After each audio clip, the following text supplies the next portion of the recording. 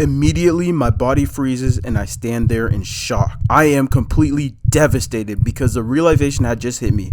I had been robbed.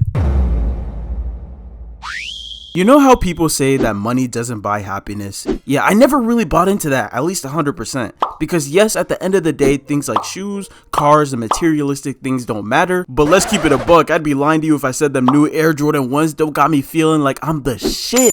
Now, I want you guys to close your eyes and imagine your most prized possession. It's pretty nice, huh? Yeah, now imagine I jacked that shit. Yeah, how would you feel? Angry? Despair? Well, here, let me just tell you what happened to me.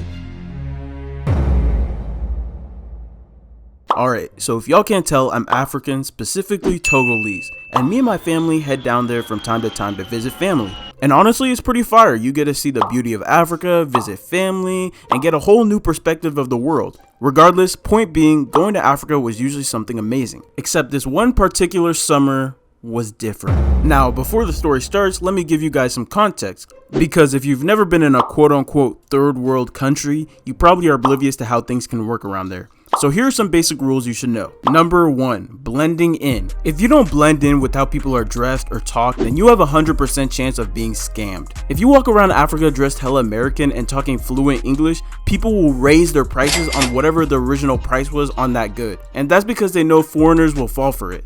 Ooh, look at how nice this cut is, man. Where did you say you were from again? Oh yeah, I'm visiting from America. Thanks for the cut, man. America. Oh, okay, yeah. That'll be $300 for that cut. Secrecy. Now this one low-key applies to anywhere you live, but you should never let people know you got bread like that. That's why if you're in Africa, they tell you to keep your phone and your wallet hidden at all times. Because if it's poking out in the slightest, you'll definitely get pickpocketed. You might have even seen videos like this where people purposely leave their phone out just to see if people will pickpocket them or steal their phone. Now that we got some basic rules down, let me tell you how I broke every single one of them.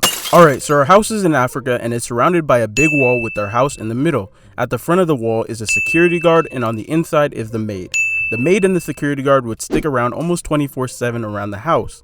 Knowing all this, I felt pretty safe and secure that, I wouldn't get robbed. So as I get ready for bed, I pull out my iPhone 4S and I play some Crossy Roads on it. And if y'all didn't know, I was the helix jumping Crossy Road dope, bro. I'm talking on that phone, I was pulling leaderboard numbers. But anyways, after a couple minutes, I plug it into the wall and charge it and go to sleep. What?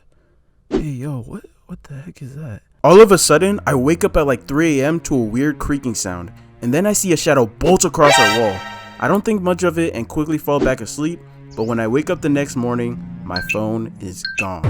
I didn't panic because I assumed my mom had taken it, as she usually does because, I was a Crossy Road addict. So thinking that my mom had just taken my phone while I was asleep, I make my way to my mom's room, and then I pass by the living room and notice something strange. I immediately notice that our TV and laptops are gone as well. I also see my parents in the living room talking to the security guard and maid. And once again, I don't think much of it until I hear, "What do you mean he broke in and robbed us?" Immediately, my body freezes and I stand there in shock. I am completely devastated because the realization had just hit me.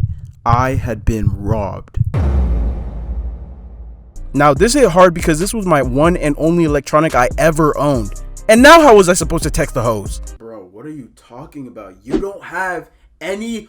But man, I was actually so depressed. I lost all my progress and photos and memories, and trust me, we tried everything to find who broke into our house, but we never got a clear answer.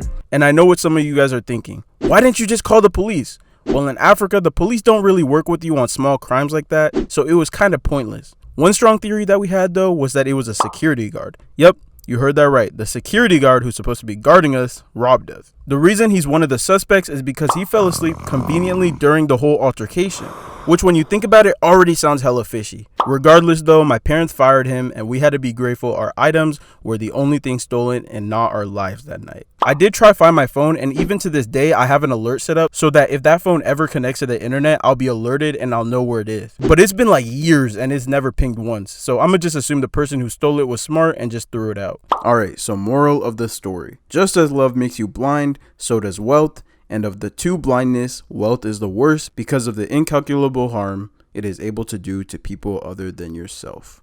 If you enjoyed this video, make sure to check out my last video where I talked about 3 reasons why I can never be a protester. Trust me, it's a funny video and you're definitely going to enjoy it, so make sure to check it out and make sure to leave a like and subscribe and comment down below. It really helps out. I'll see you guys in the next video. Peace out. Take care.